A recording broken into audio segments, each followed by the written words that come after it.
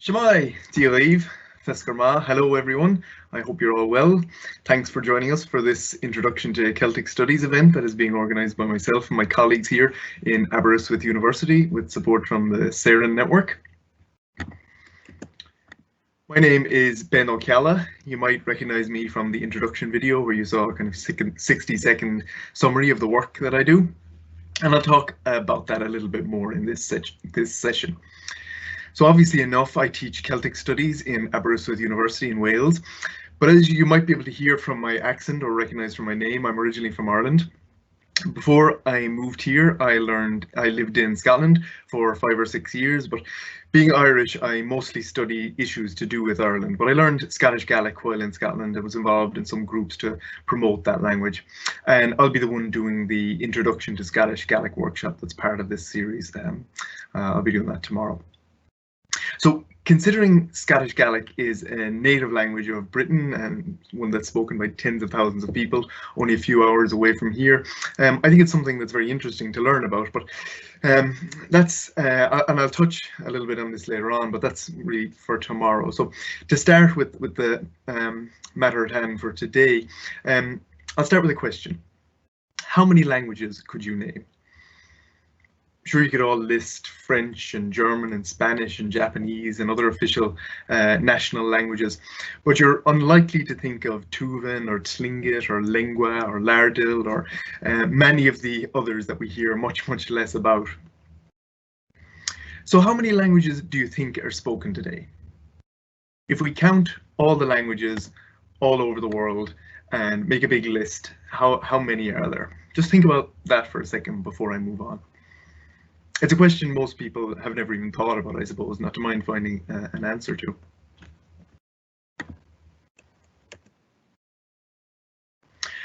According to the best estimate that we have, there are 7,139 languages spoken today, which, if you're very sharp, you might notice is an awful lot more than there are countries. By comparison, there are just 193 member states in the United Nations, which includes almost every country. But you might notice that I said according to our best estimate, which is to say that this list of 7,139 languages isn't fixed in stone, even though you might think that it would be, should be fairly easy to just make a big long list and count them. But this number changes slightly over time. Sometimes the experts find out about a new language that they've never heard of before, which happens more often than you might think.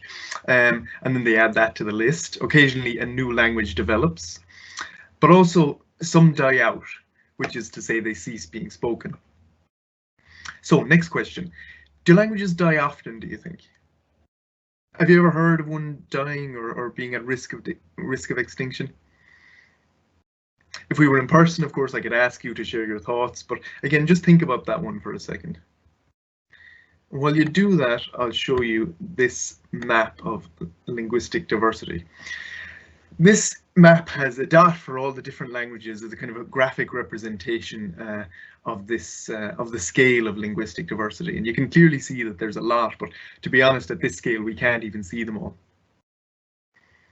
And you'll notice that in places like the US or Canada, which we think of as being English speaking, maybe with some Spanish or French here and there, there's a whole mass of dots. And these represent the indigenous languages of those places, many of which are still spoken, despite a very brutal history of colonization and policies aimed at wiping out these languages.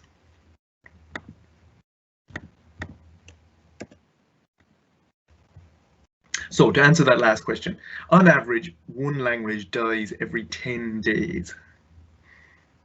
At least 50% of the world's languages are at risk of extinction, probably more, in fact, considering those estimates don't account for the predicted ecological disruptions that we're going to have to deal with in the future, and which tend to affect minority and indigenous groups more severely. Now, of course, there are people who would say, well, wouldn't we be better off if everyone spoke one language? And some even go as far as to say that we'd have less wars and such if we spoke just one language, or even just a few languages. Although I think that all the civil wars and conflicts between people who spoke the same language makes me think that wars aren't fought simply because of things being lost in translation, unfortunately.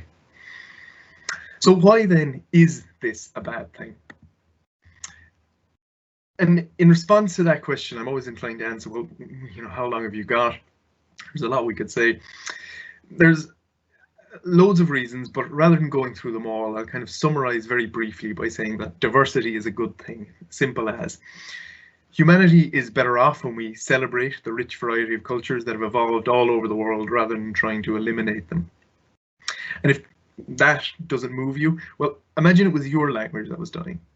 So that everything that you like in your language, everything that's ever been said or sung or written or read or recorded, all of it would be going the way of the dodo and be nothing more than meaningless noise or scribbles to anyone who came across relics of it.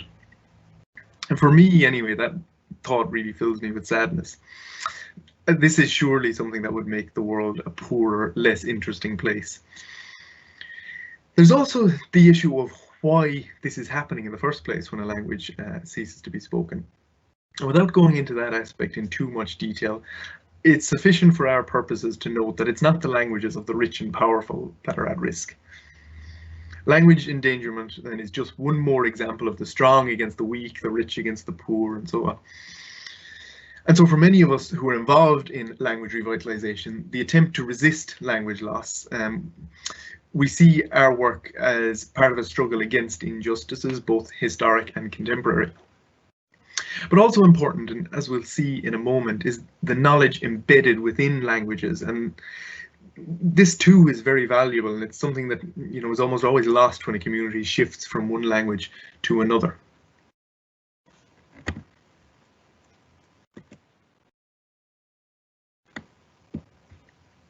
All languages serve several functions. Surely the most obvious of these is that they allow us to communicate, but they also serve another very important function relating to our identity. For the speakers of many languages, the same word that means someone of that ethnicity or someone from that place also means someone who can speak that language. So the distinction between being a Basque person and being a Basque speaker, for instance, doesn't exist in the Basque language. A Basque person is seen as someone who can speak Basque. This isn't universally true, of course, but it often is. And so cultural assimilation, when this connection is broken, tends to be a very painful process for a society to undergo. Now, of course, identity is a complicated and multifaceted thing which changes and is challenged over time within any society and even within us as individuals. But think of it like this. If you are the way any of you, me, anyone in fact, the way we use English is part of the way we construct our identity. It's how we show the world who we are, or one of the ways we do. We use it to show where we're from, or maybe maybe we use it in a way that tries to hide where we're from, even by changing our accents. We use it to show our gender identification very often, our age group, and all sorts of other things. So then imagine how you'd feel if you were forced suddenly to talk like the Queen, or even like your grandparents, or with a different accent. You'd probably feel very strange and not like it, I suspect. I know I wouldn't anyway. If someone made me talk like the Queen of England, God above, I'd hate it. And that's just different forms of the same language, English. Not to mind situations in which economic, political, or other social forces result in people having their entire language taken from them. There's some very interesting research about this that was done with First Nations peoples in Canada, the native populations there. And in that research, they showed, quote, that in tribes in which a majority of members reported a conversational knowledge of an Aboriginal language, they also experienced low to absent youth suicide rates. By contrast, those bands in which less than half of the members reported conversational knowledge, suicide rates were 6 times higher in those tribes. And this, as social scientists say, was when we were controlling for other variables. So the research made sure that it wasn't because of some other factor that was responsible for this. So it wasn't the case that those tribes who spoke their own language had much lower suicide rates because they were better off in some other way that I haven't mentioned. So 6 times higher. It's a huge difference. And so in light of these and many other points that I don't have time to go into today, as I said earlier, language revitalisation work is often understood as an attempt at righting a historic wrong, and something that is a good thing for any society committed to treating people with dignity and respect. And being from Ireland, I know that that's often why people back home want to keep Irish alive.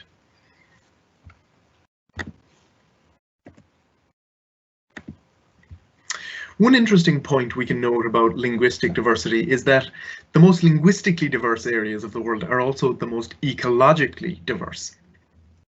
So the country with the most languages in it is Papua New Guinea, which has an incredible 839 languages spoken there. And it's also home to vast tracts of rainforest, some of the largest unspoilt wilderness areas in the world. And we see a similar pattern elsewhere. Biodiversity hotspots that are of great ecological importance are home to 70% of all languages.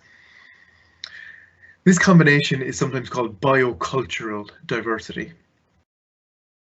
As well as all this, many languages themselves often contain important, detailed information about the environment, including information about species of plants or animals that are unknown to mainstream science, but described with their own names and categories and classifications by local people. Others require their speakers to have a detailed awareness of the environment in terms of weather, astronomy, and so on. There are languages where the only way to tell the time or date requires referring to the phases of the moon and the position of the sun at a specific time. So you have to be very, very in tune with your environment, as it were. And there are many, many, many more examples of fascinating and useful knowledge that risks being lost unless, that is, of course, those of us who work in language revitalization are successful. So with all this in mind, some people refer to the problem of language revitalization as being a good problem, because solving this can help us solve other challenges that we face, particularly regarding the environment, the concentration of wealth and power and rights for minorities and such like.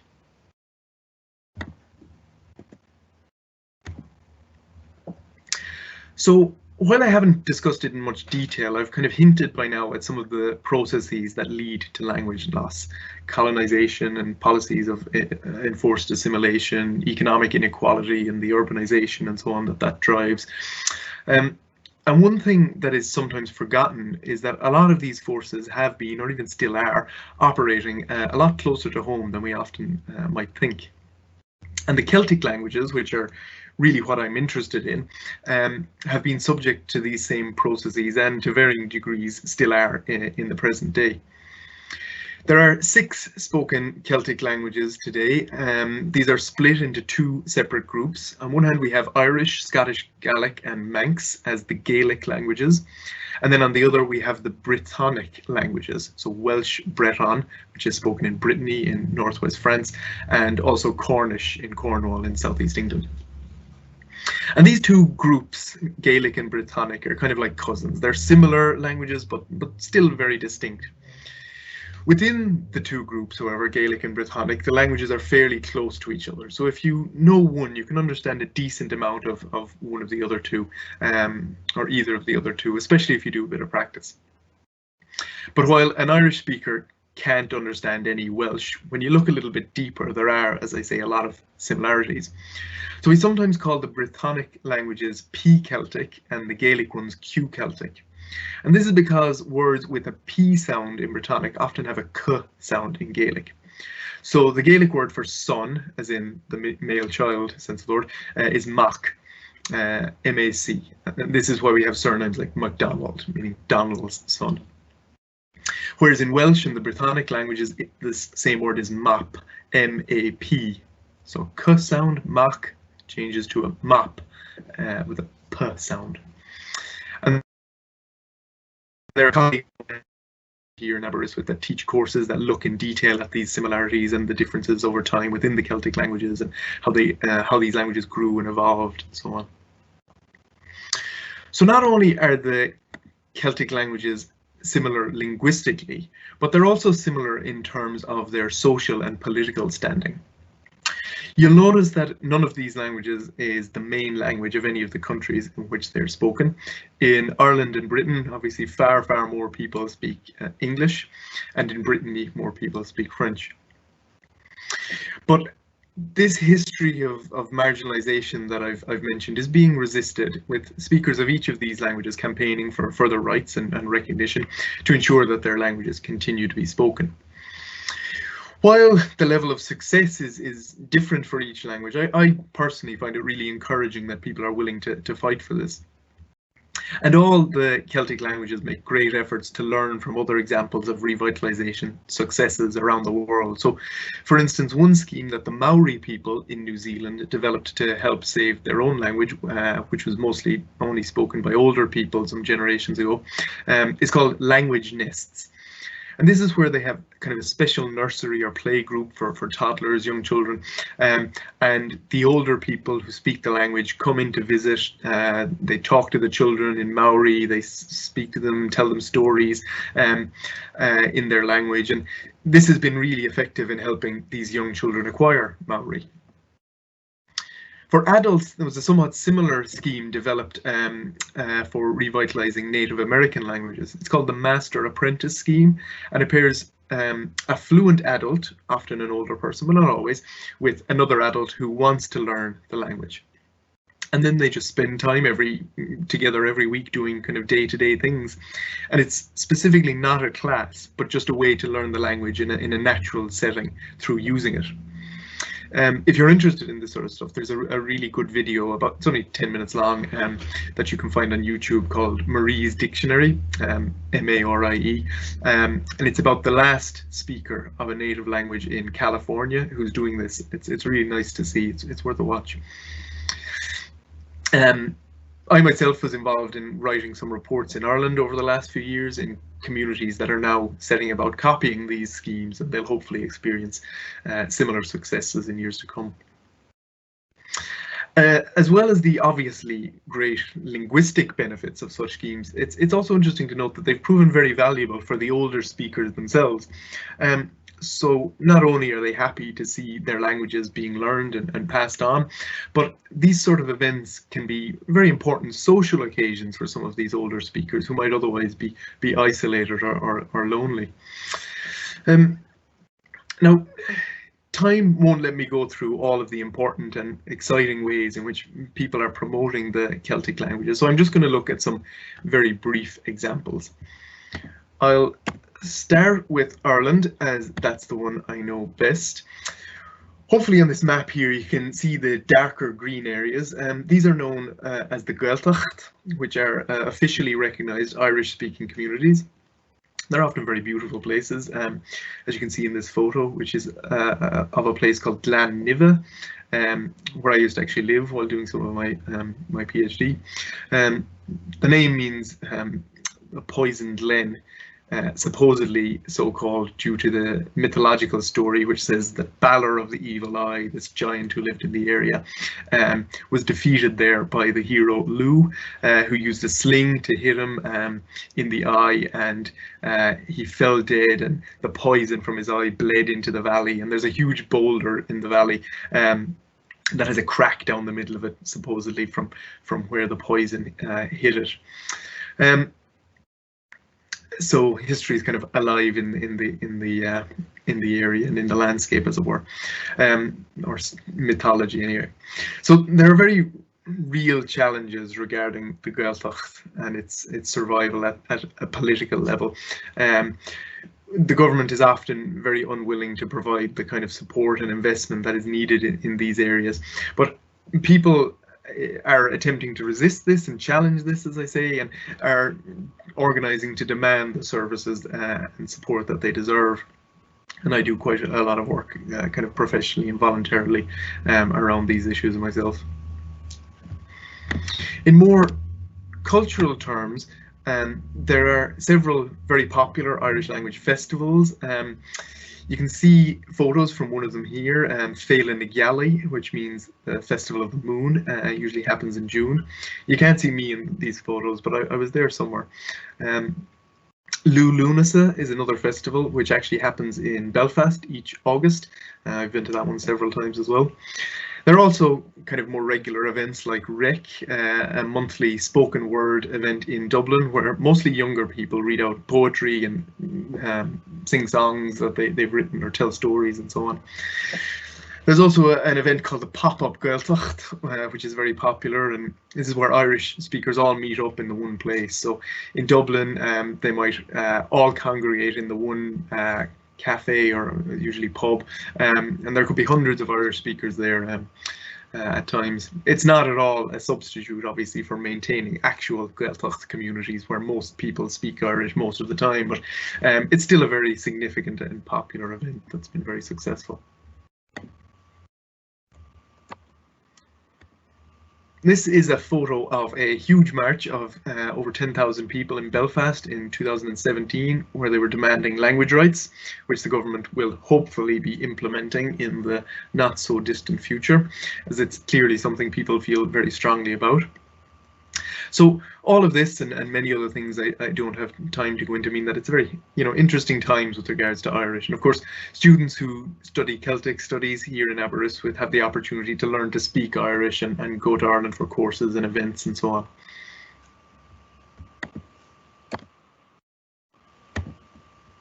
I'll talk about Scotland more in tomorrow's Gaelic workshop, how many speakers there are and where they are located and so on.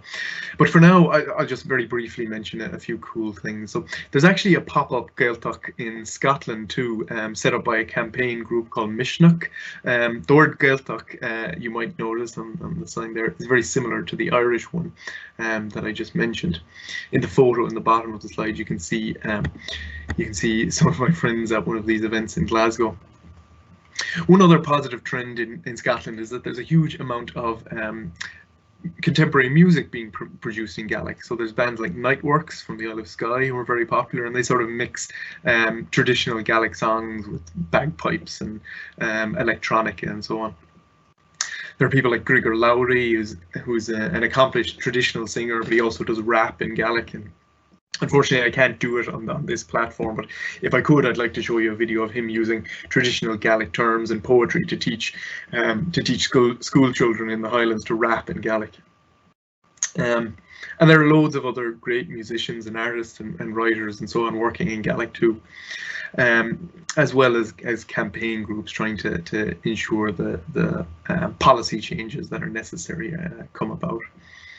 And once again, students here in Aberystwyth have the opportunity to study Scottish Gaelic, and they hear a lot more about all of this stuff. But anyway, more on that in the separate workshop. Now, Welsh is definitely the strongest Celtic language, and really any of the positive developments that we see in Ireland and Scotland are nothing compared to the progress that has been made in Wales. In fact, the Welsh government has an ambitious plan to have 1 million Welsh speakers by 2050. So if you'd like to support this noble goal, doing a degree here in Aberystwyth is a great way to do so, as you have the chance to learn Welsh in an area where it's a living language. And in fact, I think that's one of the many reasons that Aberystwyth is such a good place to do a degree in Celtic studies, as Welsh is actually spoken by about half of the population in the town here, which sadly isn't true in other universities that have Celtic studies departments. Here are some pictures from the National Eisteddfod, which many of you will know about. It's the National Welsh Language Festival that attracts hundreds of thousands of people each year. The picture of the people in white robes with the giant sword are appointing this chap, who's a former student of our department, as the chief bard in recognition of his poetry. And I guess in addition to all of the amazing history and literature that you gain access to when you learn Welsh, you also become part of this whole other world that kind of runs parallel to the English-speaking one, kind of waiting for you to jump over and join in when you learn Welsh. I'm not going to say any more about Welsh for now, though, as you'll have a separate workshop on that as well with two of my colleagues.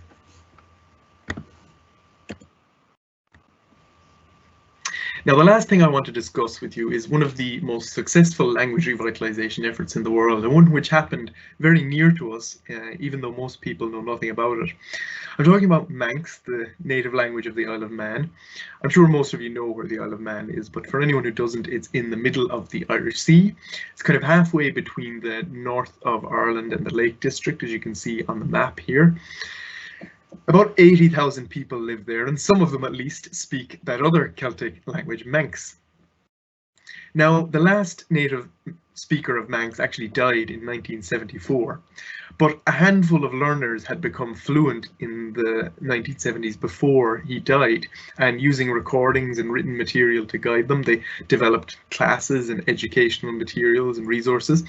And nowadays there are hundreds of speakers. I'm actually one of them, and there are many more who also know at least some of the language, even if they're not fully fluent. And crucially, there are now children who are being raised in Manx once again.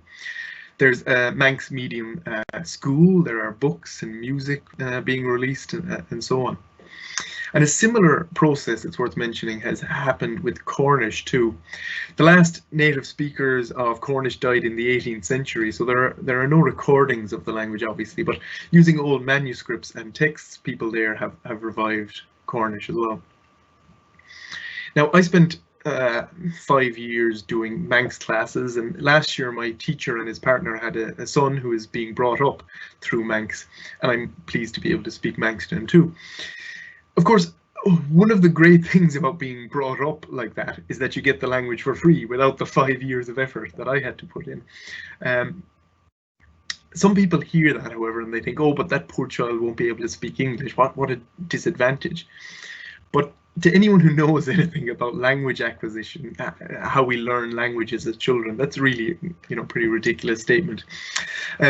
Anyone who grows up speaking a Celtic language learns English too, just because it's all around us. You can't possibly avoid it, and nor would any parent want you to, of course. But by having the language at home, you get all the advantages of being bilingual, which are not insignificant, by the way. They include things like a slower onset of dementia in old age and so on. But you don't have to make any of the effort. So it's always great when people learn the language as adults and then speak it at home if they have children. And this is, I guess, a key part of language revitalization, be it here in Wales or Ireland or Scotland or anywhere else in the world.